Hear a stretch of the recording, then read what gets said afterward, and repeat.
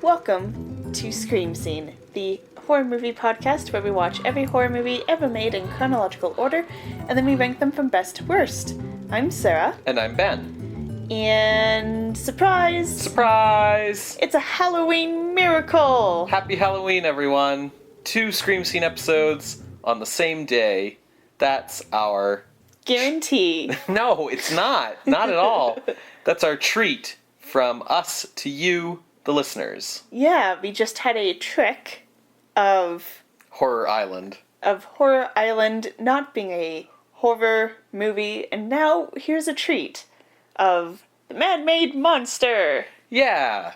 We were kind of a little bit bummed out that our Halloween episode movie called Horror Island turned out to not be horror.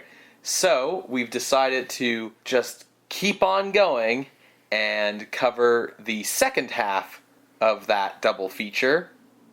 Which I'm actually pretty stoked about. Yeah! Yeah, because it is the first appearance of Lon Chaney Jr. on the show. In looking into Man-Made Monster from Universal Pictures, the more research I did about it, the more I think we probably should have started with this one.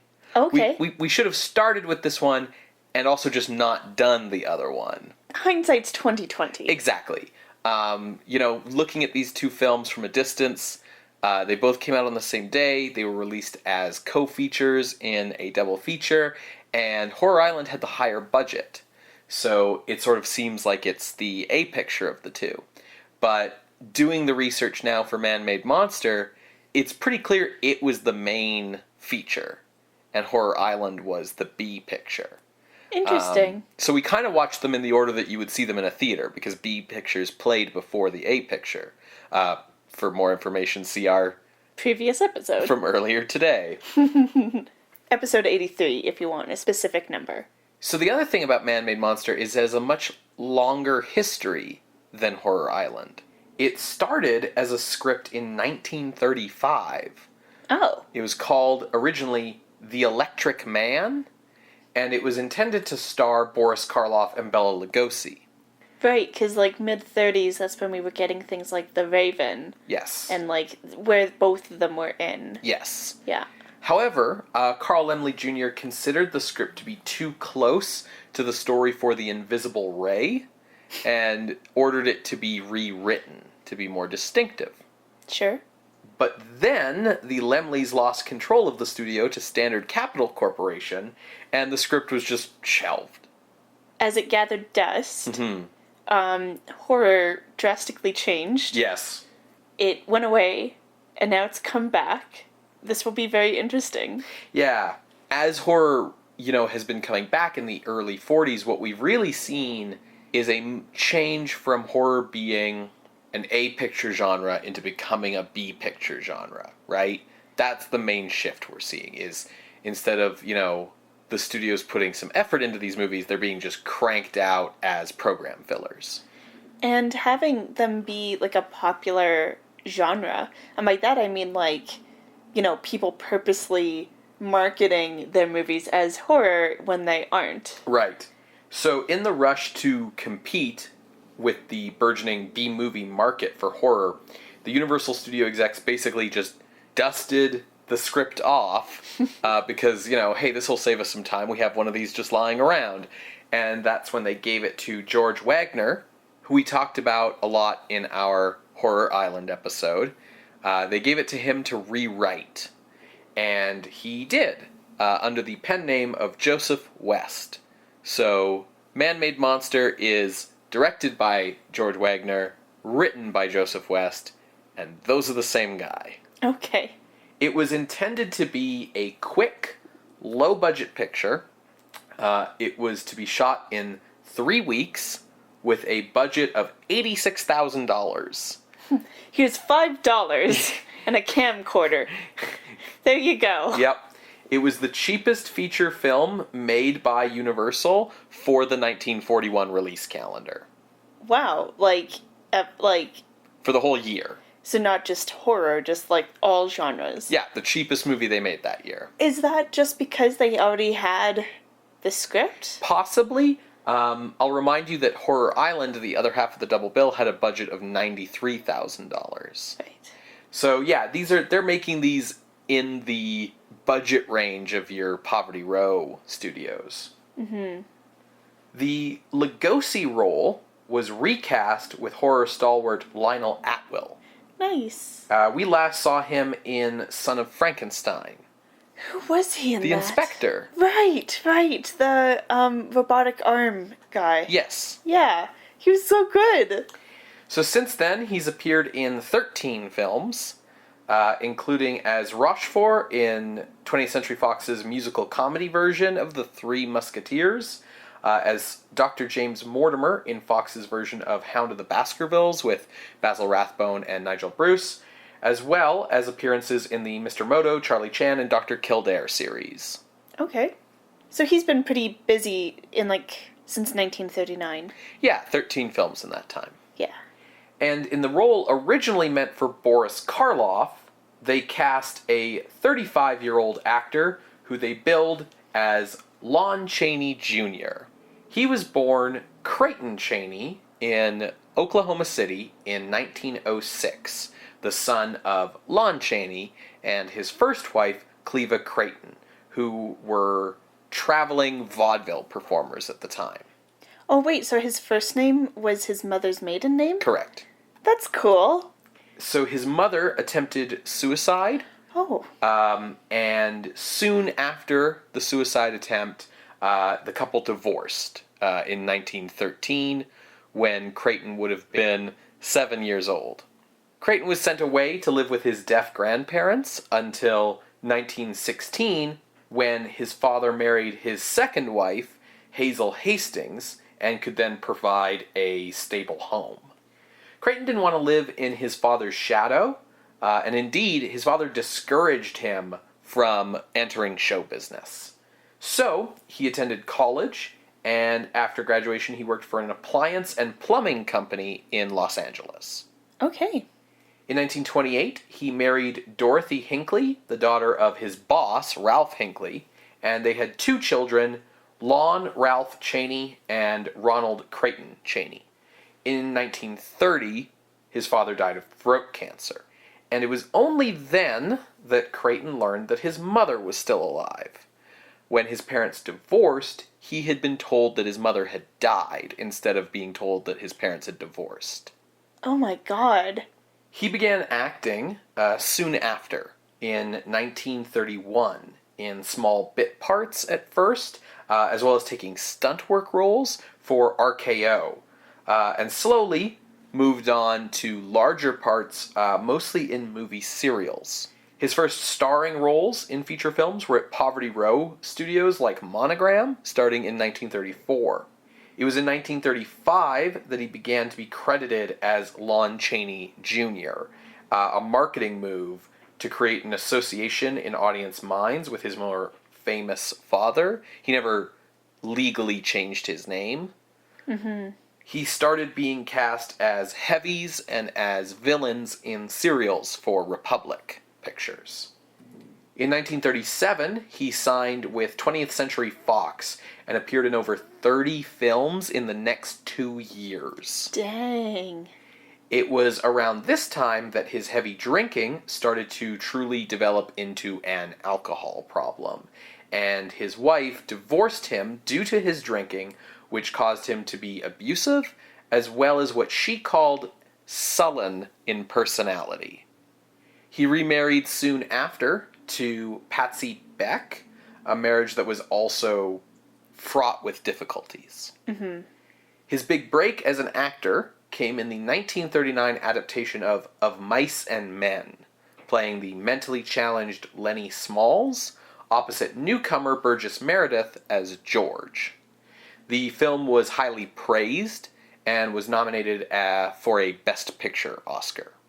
Chaney then tried to get the part of Quasimodo in the 1939 remake of Hunchback of Notre Dame, but the part went to Charles Laughton. His next appearance was as a Neanderthal in 1 million BC, which came out in 1940, for which Chaney designed his own makeup in an attempt to emulate his father. However, union rules regarding makeup departments that had developed by this time prevented him from actually executing this. You couldn't be like his dad anymore and do your own makeup as an actor. Mm-hmm. Universal Pictures then offered Chaney another way to take after his father, by coming to do horror movies for them. And so he found himself with the lead role in Man-Made Monster. I guess the part of this story of his that I don't quite get is, you started off with saying he doesn't want to be like his dad, and then after his dad dies, he finds out his mom is alive, and so it's kind of like, fuck you, Dad, I'm going to do show business? I don't get why he suddenly, changed careers and, went into show business. Yeah, it's hard to say because he clearly had a lot of mixed feelings about it. Yeah. His dad didn't want him acting, we know that. And he didn't really want to act either. He didn't want to be Lon Chaney Jr. He wanted to be Creighton Chaney. So it seems like probably what was really going on was he was, the people who were pushing him to act were usually the studios because they wanted to be able to market Lon Chaney Jr. That was what was valuable, was that name, especially because his dad had died so suddenly. His career was really cut off early. We discussed that in a lot of our earlier episodes in the series, how he was supposed to be Dracula and then could not be Dracula because he had passed away. And I think with Lon Chaney Jr., it was a case of probably just the fact that, with his wife and his 2 kids, who knows how successful he was in the plumbing business. Mm-hmm. And there was probably just the idea that there was maybe better money in just saying okay to the movie studios and agreeing to become an actor. And we can see it took him a long time. He starts acting in 1931, and it's not till 1939 that he really gets a good role, a good part that actually is in a movie that does well, that gets him critical acclaim. So you can see that I don't think he was naturally suited for it. It took him, a long time to do a lot of bit roles and get the experience to just get good at it, right? It was like a job, right? Yeah. Where you're just grinding until you get better at it, rather than a passion or a calling. And then you have the studio starting to credit him under his dad's name, and he starts to get a little bit of critical attention. His first wife leaves him in 1937, and, he marries again, and it's only after that that he gets his first big success. And I think what might have happened then, and, this is all speculation, right? Totally. He's been dead for years. We can't ask him. But I think what might have happened then is, he's starting to get success, and it's oh, okay, maybe I can do this. Maybe I am destined to follow in my father's footsteps. Maybe I'm supposed to do this. Okay. And that's why we see him leaning more into, to the point of recreating the role, Mm-hmm. or attempting to, auditioning to, with Quasimodo. Yeah, let's go and lean into this, right? And go be Quasimodo. And then he doesn't get that. And it's okay, well, let's start doing the makeup thing. And he's not allowed to do that, right? It's almost like he didn't want to emulate his dad, and he wasn't allowed to emulate his dad. And then he was kind of forced into doing it. And then once he finally made peace with doing it, he wasn't allowed to or able to, or he was shut down from it, right? So I think, that informs certainly, his drinking and his alcoholism, just the fact that, his was a life of mixed signals, right? And then you have Universal over here saying, hey, this guy was in Of Mice and Men, right? A Best Picture nominee, Mm-hmm. big drama, gets a lot of critical acclaim for it. And then you have Universal saying, hey, come be in our cheapest movie of the year. Yeah. And he says yes, because being in a Universal horror movie is a way that he can emulate his dad, when the other ways, going and being in the big budget, prestige picture version of Hunchback, he can't do it. Doing the makeup thing, he can't do it, right? So it's okay, well, then I'll go and do this. And it's like, that probably wasn't the best move for him, because we know how Hollywood works.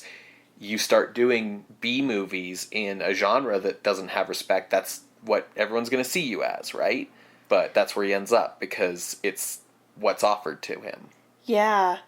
Yeah, I have, honestly, to try to put a name to this feeling, it's a little bit of pity for, like, Yeah. how he's treated by the system and what he goes through. And it's probably why Wolfman, I know we're not on Wolfman, so I won't talk about it, but, like, he's so good at Wolfman. Yeah. Because he is Lawrence Talbot. At the end of the day, like, when you look at all the movies that Lon Chaney ever did, Lon Chaney Jr., I should say, he was good at two types of characters. Lunkheads and sad sacks. And Lunkheads and sad sacks. And that's kind of what he was, really, right? He was good when he was playing himself or reflections of himself, and he's really out of his depth any other time. But I mean, listen, this is the first time we're seeing him. It's not gonna be the last. We're gonna be seeing a lot more of Lon Chaney Jr. So let's refocus this conversation, is what you mean? Yeah, there's gonna be a lot more to his story, and we're going to be able to talk more about how his story develops as he continues to appear on the show. Fair enough. So, after shooting was completed on Man-Made Monster, the Universal execs were very impressed with what they saw. So they offered both George Waggner and Lon Chaney Jr. long-term contracts at the studio, and decided to commission Horror Island to back Man-Made Monster as the other half of a double feature. So when they made Man-Made Monster, the intent was, this is going to be a B movie. And then they saw it and they were like, oh, maybe we can make this the A movie. Let's make another B movie to put together with this. And because they had shot Man-Made Monster in late December, early January, with the intent of releasing in March, that's why suddenly Horror Island had to be shot in like 2 weeks, starting in March to be out in late March, right? And the whole reason George Waggner is director of it is because of this movie. Yes. Yeah. This is why I said we should have done this one first. I just didn't know. No, right. Like, that's why research goes into this. They came out on the same day. It's fine. It's an honest, like, mix-up. For sure. Yeah, there's not a lot of difference chronologically, you know, in terms of the development of the genre that we're watching one before the other. Definitely not, because Horror Island isn't horror. Exactly.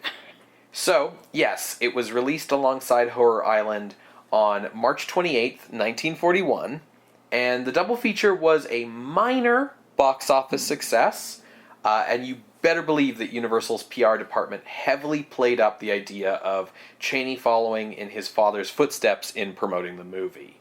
So, that would be the end of this movie's story. Its only significance, the introduction of Chaney Jr. into the Universal Pictures roster of stars, if not for one thing.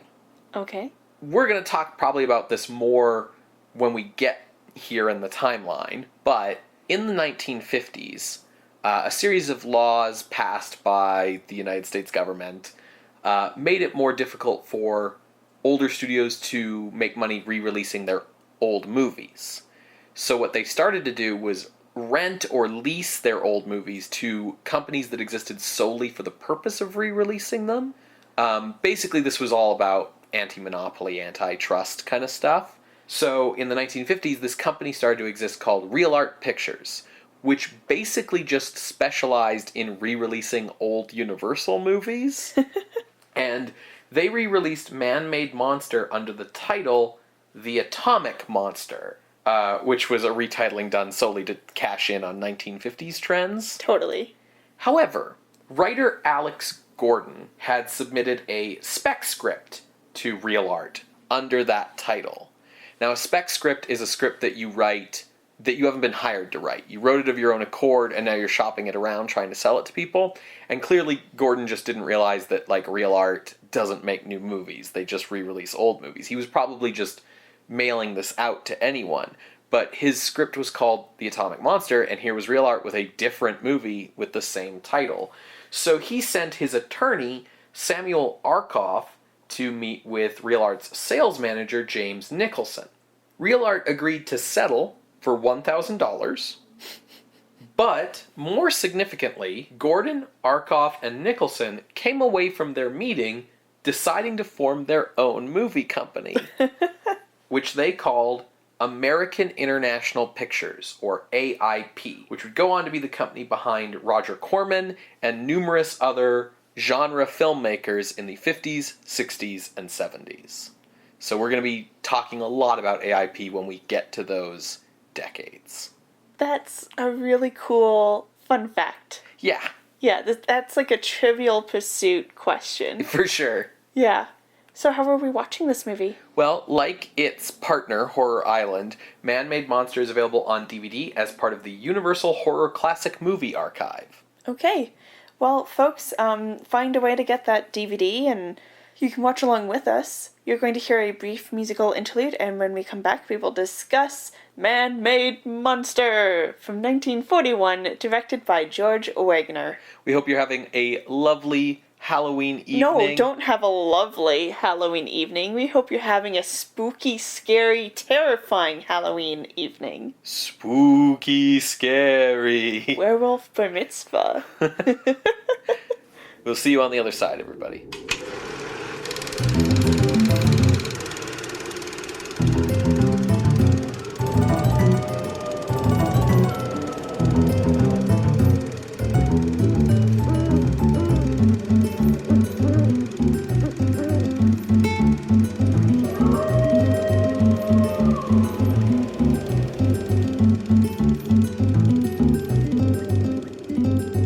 Welcome back to Scream Scene, everybody. We just finished watching our second movie for Halloween 2018. It's Man-Made Monster from 1941, starring Lon Chaney Jr. and directed by George Waggner. Sarah, what did you think? Yeah. It was a horror movie. Yes. Just barely. Yeah. Like, I feel like just by the hair on its chinny chin chin, you know? But yes. Yeah, I mean, I think if we had just watched Man-Made Monster, just like, you know, putting it on whatever, it'd be like, was this a horror movie?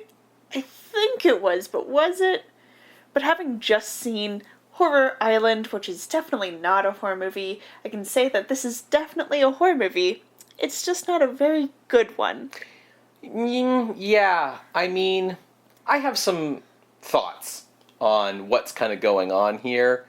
It's just a very generic one. It's not doing anything. The problem isn't so much that it's not good. Mm-hmm. The problem is that, like, the percentage of time where exciting, good horror things are happening versus not is very low. Like, Yeah. What is in here is good. It's just, like, a small percentage. It's like, you know how, like, there are some brands of chocolate chip cookie where, like, you know, like those, like, President's Choice chocolate chip cookies where you get them and it's just, like, chock-a-block full of chocolate. And then there's, like, those other chocolate chip cookie brands, like a Dad's, where it's, like, there's 2 chips in, like, the whole cookie. And they're, like, so tiny. Yeah, and you're like, what boring person is this for? Dad. Yeah, okay. That's why they call Dad's cookies. So that's kind of what this is. This is the Dad's cookie of horror movies. Because it's like, oh, there's just a little bit. There's just a little bit. So what's the movie about, Sarah? Dan McCormick, who is Lon Chaney Jr., has just survived a bus accident where the bus careens off the road into electrical wiring, and the people on the bus, including the driver, are all electrocuted, except for Dan McCormick. And The boy who lived. And electrobiologist Dr. John Lawrence wants to find out why and how. It turns out Dan is immune to electricity thanks to his sideshow act as Dynamo Dan, the Electric Man.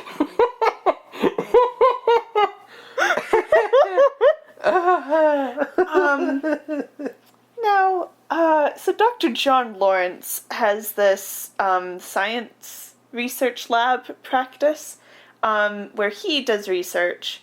His niece, June Lawrence, is like their secretary assistant, And he has a colleague also here named Dr. Paul Regis. Regis. Like Regis Philbin. You're correct, yes. Dr. Paul Regis, played by Lionel Atwill. Regis and Lawrence do disagree on some scientific theories, mainly with Dr. Regis's theory of the ability to create electrical supermen ruled by superior intellect by getting them immune and addicted to electricity. And it's by this addiction to electricity that A, they get super strength, and B, they become ruled by this superior intellect. Now when... This is great. So when Dr. Lawrence invites Dan to come to his institute so he can, figure out, why exactly do you have this immunity, this gives Regis the perfect opportunity to prove these theories. Can I say what my favorite thing is about Dr. Regis? That's Lionel Atwill. Well, yes, but I'll get to that, later in the discussion. But, Dr. Regis is our mad scientist for the evening. And, like every mad scientist, there's that moment where he explains his theory and someone says, "You're mad." And every other mad scientist I've ever seen says, "You think I'm mad? You fool! I'll prove you wrong!" or something like that. And Lionel Atwill, bless his heart, he gets to say the line, "Of course I'm mad!" And, totally admits it. But his, position is that, all great scientists are mad. So, Yeah, he's like, "So was Galileo." Yeah, and it's no! Was he? No, he wasn't! Anyways, so June notices Dan is becoming quite sullen and melancholic as his dependence on Regis's experiments, which he's doing in secret, and his dependence on electricity grows. Just as Regis fills Dan with the maximum electricity he's able to, I guess, he proves his theories as Dan becomes fully electrified and glowing on the screen, shooting out electrical bolts like he's Storm up in here.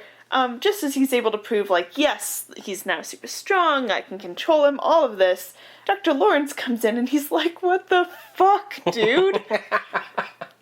Sure, you proved your theories, but, Dan's dead now. Because he's explicitly called a shell of a man. Well, the idea is supposed to be that, he's filled with electricity, but, the electricity isn't really being, stored in him in any way, because he's still, a human. So it's constantly, running out of his body into whatever he touches, and once it's gone, he'll be dead.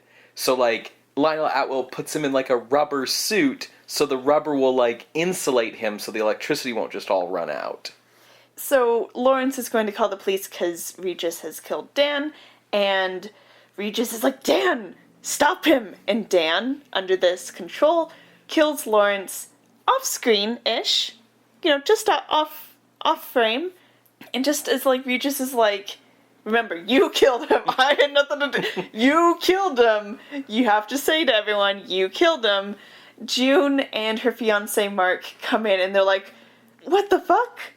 So we go through, the trial process and everything, and despite June's protests about Dan not being himself, Dan is found sane by the court, as well as guilty in first-degree murder, and he is sentenced to death by electric chair. You know how, Dan McCormick is, famous, worldwide, assumedly, for being immune to electricity?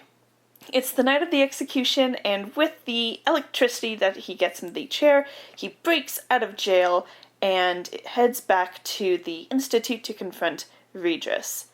June is there, and she's snooping around, and Regis catches her, and that's when he gets to explain, "Yes, I am mad, like Galileo and such, and what's his nuts, and all of those other scientists."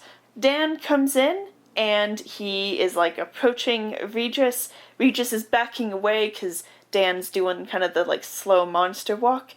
And Regis just, closes a door between them, which is just the funniest thing that's I'll escape this monster by just closing the door. But as Dan grabs the doorknob, Regis gets electrocuted through the doorknob. June's like, "There's too much going on, I must faint because I'm a lady." And for Reasons? for tropes, Dan picks For the up... gram. Dan picks up June's fainted body, who is also unexplainably in a long white dress. June, that is. For the gram. Yeah. And so she gets, taken out, whatever. Dan is followed by police to a barbed wire fence where, he lets go of June. He ends up getting trapped in this barbed wire fence. The metal from the barbed wire basically leaks out enough electricity from Dan that he dies.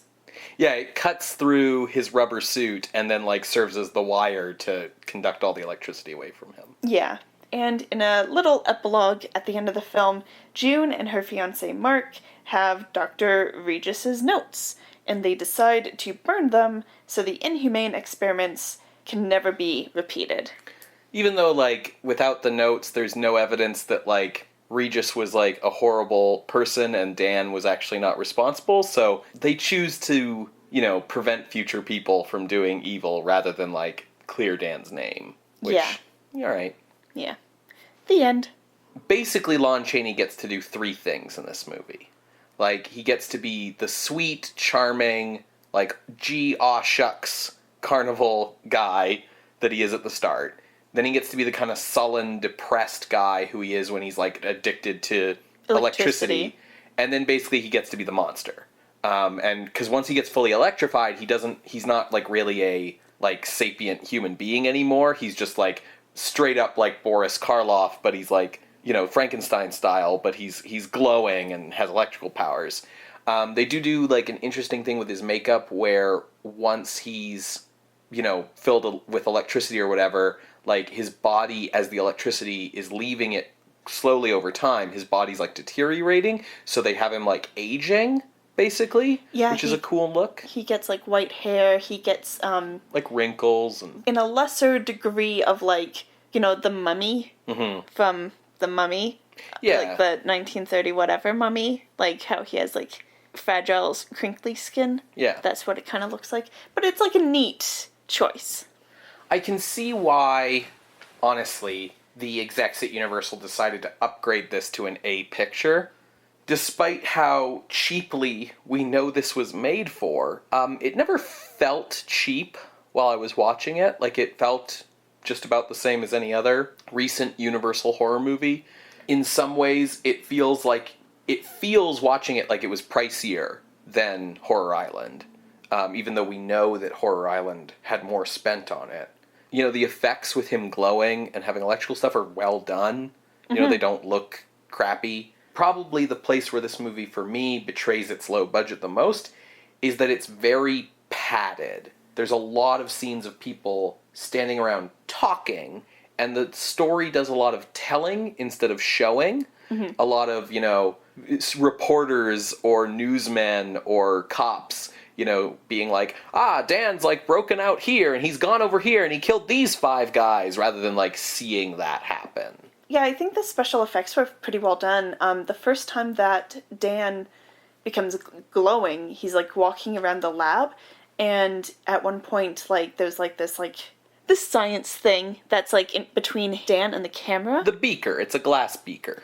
Well, no, it's it's not transparent. Oh, because there was a transparent thing that he walked past. Yeah, he walked past that, and he walked past something that completely blocks him from view, and the way that, I guess the animation for the special effects was done, gets occluded by it very well. I don't know, they did a very good job. Because it's supposed to look like he's glowing, so they actually give it some good lighting effects where, it's not just, what Sarah's trying to say is, it's not just solidly cut off by the things he walks in front of. It looks like the, light is kind of wrapping around things. Yeah, thanks for taking my jumbles and putting them into actual words. For sure. It's worth saying, so, we've already fucked this up on this podcast in this episode. We will probably continue to fuck it up for the rest of this series.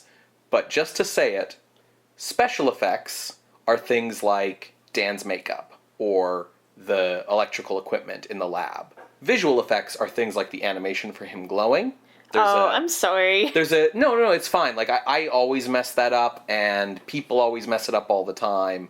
But traditionally, that's what the distinction between VFX and SFX are, is special effects are anything that was done in camera or on set, or, or required, like, real things, like King Kong is a special effect. Visual effects are things done solely in post-production, so, stuff like animation effects and things like that. And we're going to fuck it up and say the wrong thing for the rest of the show, because I always do. I just wanted to take a brief moment to, like, on the record say, like, I know there's this distinction, but we're going to mess up. Mm-hmm. There were a couple moments where I don't think an average moviegoer, an audience member, would recognize this, but they took shots of electrical equipment from Frankenstein during parts of the climax here. We've seen Frankenstein many a time, but also B, like, we've studied it for this podcast. Like, if anyone was going to notice, it was us. But, like, I don't think they're not trying to hide it. They've got on the actual set, like, one or two pieces of, like, Strickfaden style electrical equipment for Lionel Atwill to play with, and then during the, like, experiment scenes where we're doing, like, rapid cuts between, like, Atwill and Chaney and electrical gizmos going off, they don't have enough electrical gizmos, so they just throw in some shots of some electrical gizmos from Frankenstein. It's because they're doing the same kind of shit. Yeah. What did you think of Anne Nagel? So she played June Lawrence. When her name came up in the credits in the opening, I was like, ooh, that name is familiar. Like, who is that?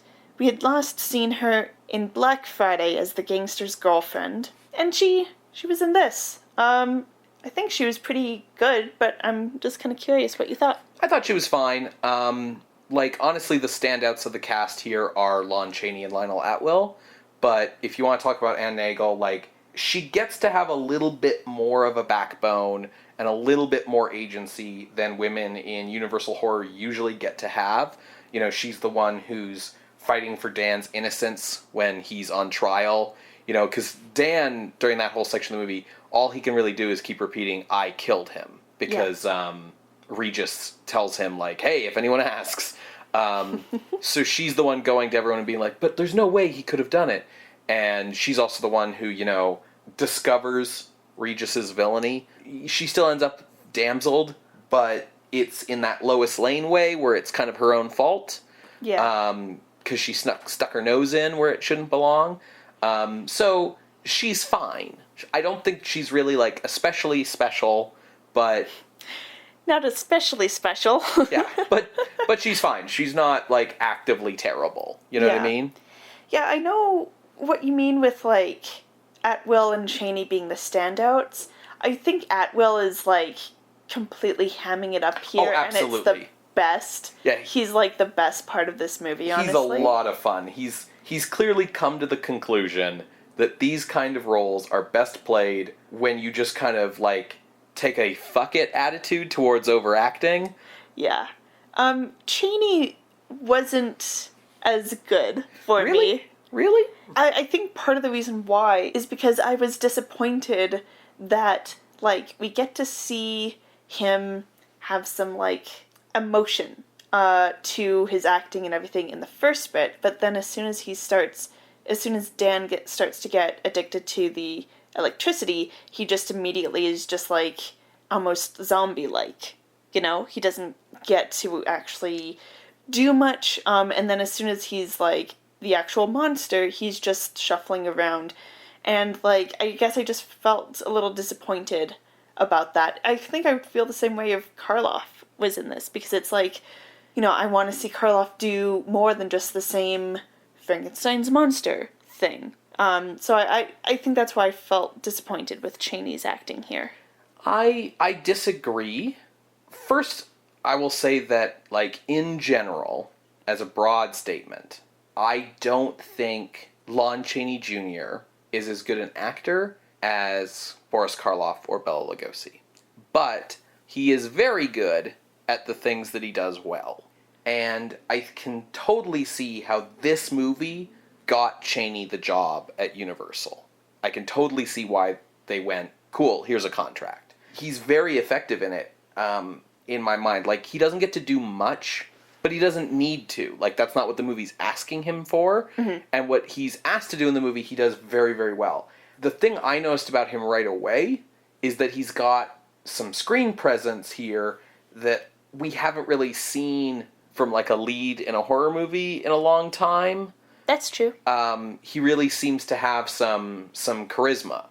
He's likable, and he's sweet early on, and that's exactly what he needs to be, and it's the main thing that makes his tragedy effective.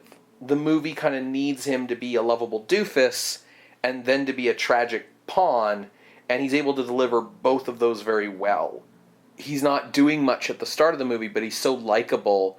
Yes, his personality's taken away at the end of the movie, and he's just a zombie, but, like, that's the horror. Like, that's the point, right? Like, that's the tragedy that's befallen him, and the reason you feel that and you give a shit is because he's very likable and charming at the start of the movie, and you really do feel sorry for him in a way that we haven't gotten in a movie in some time. Mm-hmm. Like, it really recalls the early monsters of the 1930s more, because he has pathos.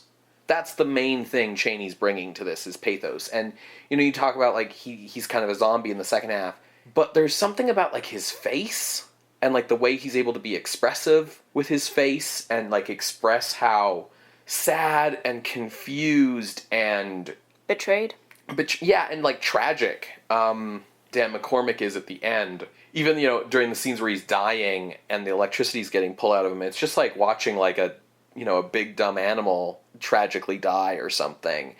I like that you can at least see his face here, because, I mean, his most famous role, he's 100% covered in makeup, right? Mm-hmm. So I actually really like Chaney here. Like, I'll agree with you that he's not doing much and he's not given a lot to do, but the fact that he does those things so well and it comes through so strongly, to me, explains, you know, why you would look at this and go, oh, absolutely, let's get this guy doing more stuff. Especially because, like, you know, from Universal's perspective, I think they must have realized that they had an actor problem by this point. Because your big horror stars are Karloff and Lugosi, and Karloff doesn't want to work with Universal, and Lugosi, Universal... is a liability. Yeah, Universal doesn't want to work with him, right?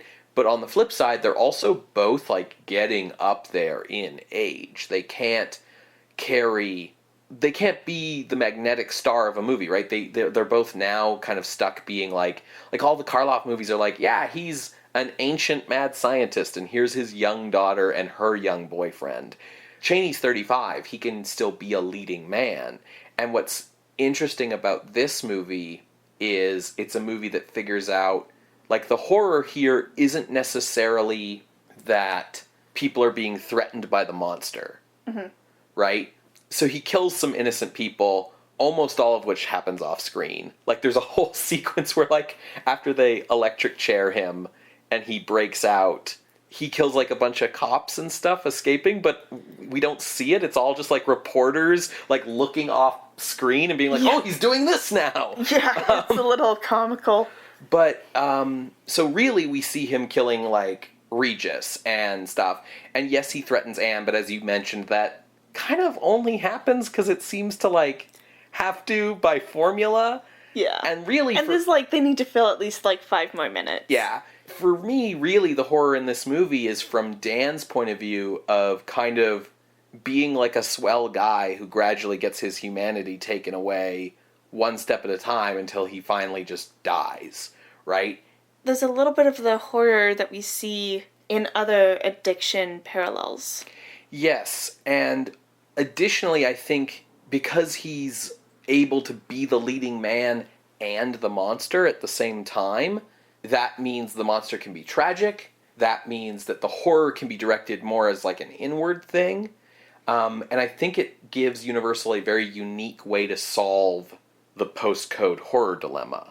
Okay. Where, you know, the monster doesn't have to be some guy out for revenge, which is one way we've seen of solving it.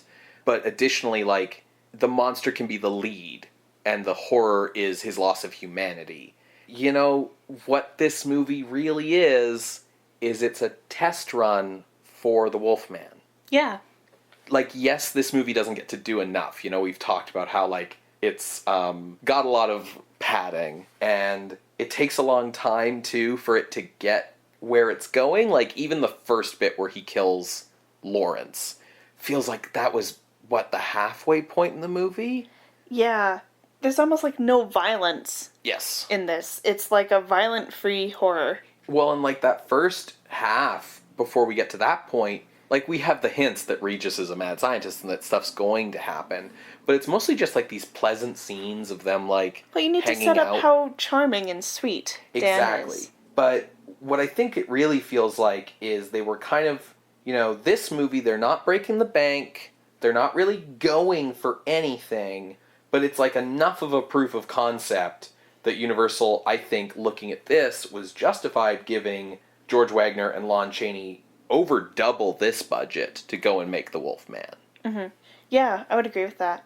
The other thing that I thought was kind of interesting, it's not as, like, big a point of this being the trial run for Wolfman, but I thought it was interesting how, like, everyone is consistently appalled at the experiments Regis is doing, to the point where they destroy the research at the end, versus what we've seen with many of the Karloff Mad Scientist movies. Specific one in mind is The Man with Nine Lives, where, like, they're stuck in the freezer, where the research at the end is like, let's use this and let it not go to waste. Yeah, absolutely. I think that's a very good point to bring up. There's a different attitude to the mad scientist here, right? Like, the Columbia movies, and maybe it's because it's, like, the lead actor, like, it's Karloff, but the Columbia movies always feel like they're trying to play it both ways, where he's sympathetic, but also the villain. So, like, his research is important, but his methods to get it are bad. So, like, he needs to be punished, but we also need to use the research at the end. It's always trying to, like, you know, have the cake and eat it too. And, yeah, this movie is just like, no, Regis is crazy and bad. We don't have to... I think the difference, too, is, like, Karloff's stuff in the Columbia movies, it's always like, you know, I'm searching for the cure for cancer, and it just so happens the cure is murdering people and then bringing them back to life as zombies. But, like, cancer, it's important, you know? Like, that's sort of the Columbia movies. Whereas, like, Regis's whole thing is like, I found a way to control men's minds and turn them into an army of, you know, atomic supermen who will conquer the world under my control as Emperor of Electricity. And it's like, there's no good use for that. He also has lines of, like, without giving specific labels to people, saying, like, people who aren't productive. Yeah. Who are a burden to society. Yeah, they're the ones he's going to turn into his electrical army. To be ruled by superior intellect. And it's 1941, and Nazi Germany has declared war on many people. Yeah, they've conquered France by this point. Yeah, and there's just stuff going on. And I know it's not until, like, December when the States joins the war, and I know that there's a lot of, like, pro-Nazi and pro-isolationist policies and groups and rhetoric going on, but it was just like, this is Atwill hamming it up, and he's using these throwaway lines to do so. I just wanted to acknowledge that. Yeah, there's definitely an undertone, however subtle it is, that Atwill's character is kind of a eugenicist, right? It's that eugenicist rhetoric of, like, these people aren't useful or worthy, and they should be ruled by the worthy, and we should find some way to, like, you know, make them useful and stuff so that they're in some way contributing. And yeah, it definitely has those undertones, and it's hard to tell, you know, given the time this movie came out, how intentional they are or not, because they could very well be intentional. It was kind of taboo and against the rules to make anti-Nazi content at this time, just because of, like, the Hays Code rule about, like, not disparaging other countries and stuff like that, and America not being technically at war and things. But you look at a lot of media around this time, and, you know, you especially considered, like, the kinds of people who work in Hollywood, there was a lot of, like, seeing how far we could get away with being anti-Nazi. And there were certain studios who were certainly, like, more gung-ho about it than others. Like, Warner Brothers was certainly gung-ho about it, and Universal really wasn't. So, it's hard to say how intentional that was, but it's you're totally right that it's, like, hard not to think about it when you see the movie. Yeah. Overall, I think this is a fairly good movie. Like, it's competent. It's... I love that, like, in recent episodes, competent has become, like, a mark of, like, we enjoyed this. Yeah, I don't know. I think, like, it's important to acknowledge, especially as the genre does this turn towards B and Poverty Row filmmaking, that, you know, acknowledging competent filmmaking. Absolutely. I think this is a bit more than competent. I guess what's kind of holding me back is the fact that it does feel a little generic to me. Maybe it's because we're going back to this monster with pathos thing, which was big in the 30s. It's also a script from 1935, right? Like, Totally. they're bringing out this old stuff. I would agree. I think it's good. It's not great. It's good. I think it could have been better if it had committed a little bit more. You know, Showing a bit more of the violence. Yeah, and having a bit more of the runtime actually be the man-made monster. Because, like, this is just shy of an hour long, and, like, I didn't sit there with a stopwatch, but how it feels watching it is the first half of the movie is nothing. Then in the midpoint, he becomes the electrical man and kills Lawrence. You know, the third quarter of the movie, after the midpoint, he's not the monster, it's him on trial. And, like, getting arrested, and, like, police and attorneys and stuff doing investigations and things. And then, you know, there's the execution and he gets away, and, like, a large part of him on the run from the cops is not seeing him, it's everyone else running around going, oh, he was spotted over here and over here. And so then it's, like, the last 10 minutes, maybe less, where it's the climax and he's back and he's the monster and stuff. So it's really, like, you know, it feels like you're getting maybe 15 minutes of monster action in, like, a movie that's an hour long, and it could have been more. And I also just want to point out that, like, despite people being like, there's too much similarities between this and Invisible Ray, or, like, I read online, like, comparisons between this and The Walking Dead. There's, like, want to know the similarities? With The Walking Dead, guy goes to jail. Is killed, comes back. Or goes to electric chair, but doesn't work. It doesn't take. Yeah, so there's that. And with Invisible Ray, it's the fact that someone's glowing. Yep. That's it. I mean, you have to remember that, like, Waggner rewrote the script, so we don't know how close the original would have been to Invisible Ray. Fair. But this is its own thing. I think it's much more akin to the Wolfman. Yeah, it's much more accurate to call this the Wolfman test run than to compare it to the other things. I do have one last question I want to ask you before we saddle on over to ranking. Sure. So this is Atwill and Chaney, but it was written for Lugosi and Karloff. Do you think this would have been better or as good? Like, how do you think this movie would have been different with those two guys in the roles? You've said in the past, and it's something I agree with, that Lugosi's really good in roles where he's seeking revenge. I think like, there's parts of Regis being like, revenge on the scientific community, but, like, it's so vague that I don't think it would have been here, and I don't think Lugosi would have been able to ham it up in as successful a way as Atwill does here. Yeah.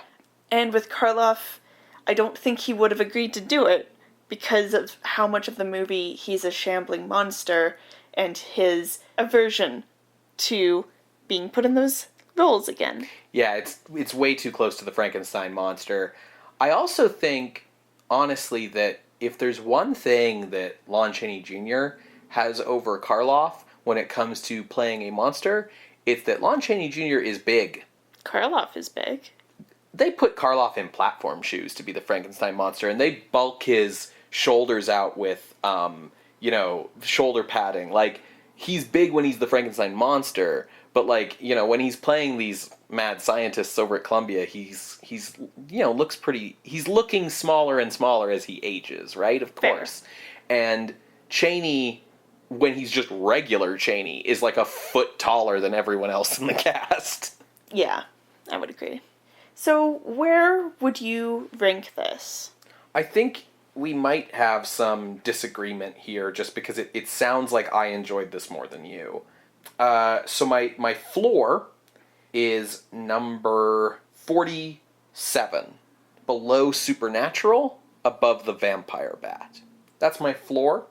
And then my ceiling would be number 41, below The Dark Eyes of London, above The Invisible Man Returns. That's kind of where I'm looking. Okay.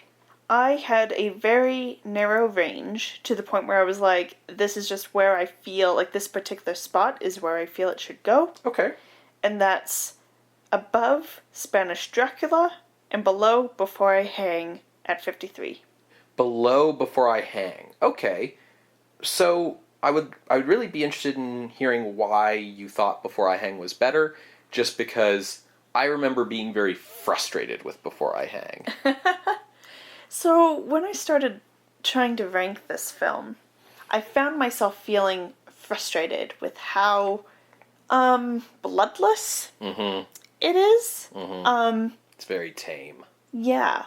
We see hardly any deaths, and there are some points where, like, you know, Dan accidentally electrocutes some fish when he's first getting, like, electrical powers, and, like, we cut away, so there's, like, a feeling of, like, tension rising, or delayed gratification in a way for the audience. But then you don't actually satisfy me. Yeah, they do suspense, I think, in this movie pretty well, but there's never, like, a payoff to it. Yeah.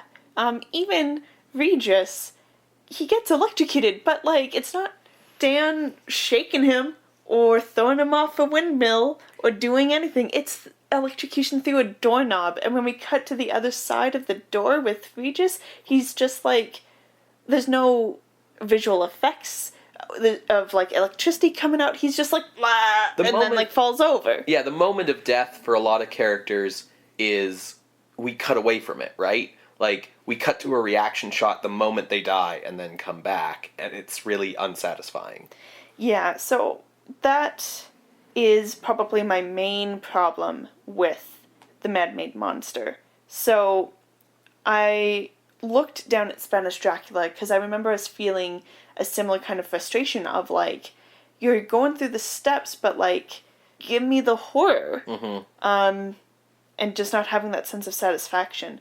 Before I Hang, which, for just to remind people, because there's so many of these Karloff movies, it's a Karloff movie, he's a mad scientist, he goes to be hanged, he gets brought back, and then he, like, brings the attorney, the jury people, and whatever into this house. That was Man They Could Not Hang. Oh, what was Before I Hang? Before I Hang is the one where he is trying to create, like, eternal youth, and he accidentally, like, killed a patient doing the experiments, so they've sentenced him to be hanged, but then he works with the prison doctor and figures out how to do it, so they, like, go to hang him, and he, like, lives or whatever, but, like, then the doctor, he like, has, like, the murderous rage is, like, the weird, because it's like the spinal fluid thing, and, like, he has murderous rage because they used, like, a murderer in the prison to give him the donation, right. But he was, like, super old at the start of the movie, and it's, like, eternal youth, and he's now, like, young, and he's trying to convince all his rich old friends to do it, and they won't do it, so he murders each one of them, and it's all strangling. It's all him taking, like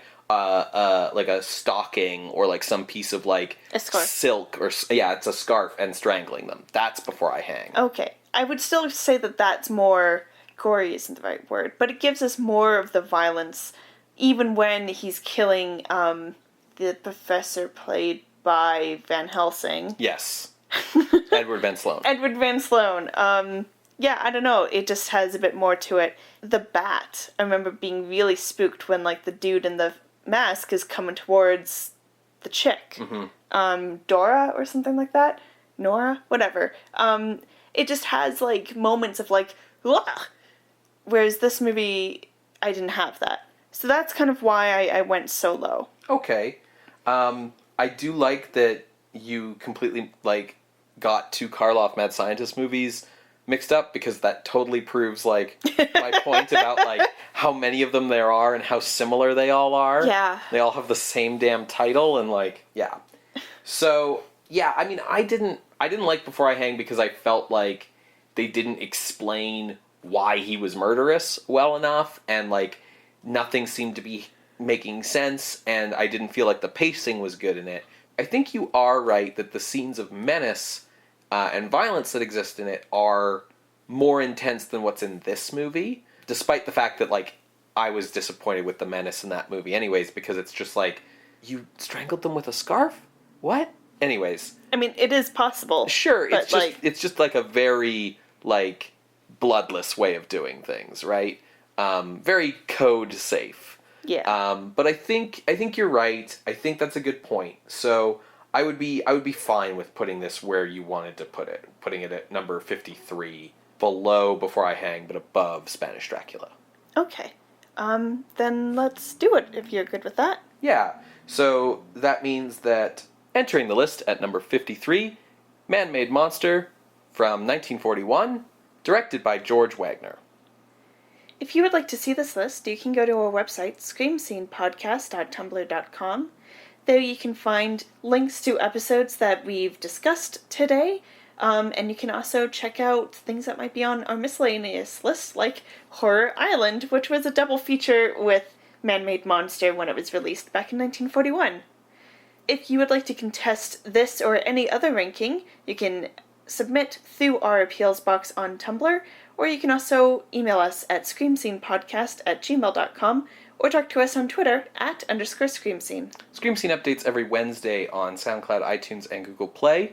If you can leave us a rating or a review on whatever podcasting service you use to listen to the show, that would be greatly appreciated. We'd also really like it if you could just share the show through word of mouth, either in real life or through whatever social media feeds you still use in this hellscape of a year of 2018. Another way you can really help us out is by heading over to patreon.com/screamscenepodcast. We've been doing special things all month in the lead up to today, Halloween. Woo! That includes special music by yours truly. Ben's been doing some great short fiction, and all of that is up on Patreon for patrons of any level.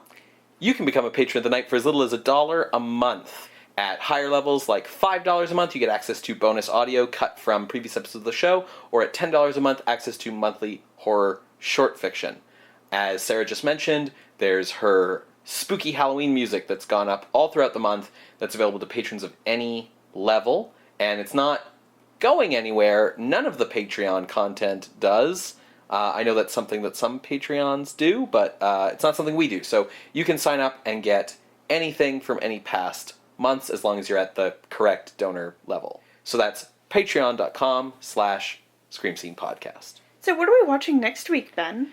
Next week... When it's like, it's not like actual Halloween, but for us, Halloween is a year-long gig. So what are we watching next Halloween? What are we watching next week? Next week, Sarah, we are going back in time more than we normally always do that, though. More than we normally do, because we're heading back to 1934 from the early days of Mexican horror. It's Dos Monjes, directed by Juan Bastillo Oro, who was one of the co-writers of El Fantasma del Convento. Do you know what that means? 2 monks. Okay. Dos Monjes. Cool. Well, we will see you next week, creatures of the night. Bye. Bye.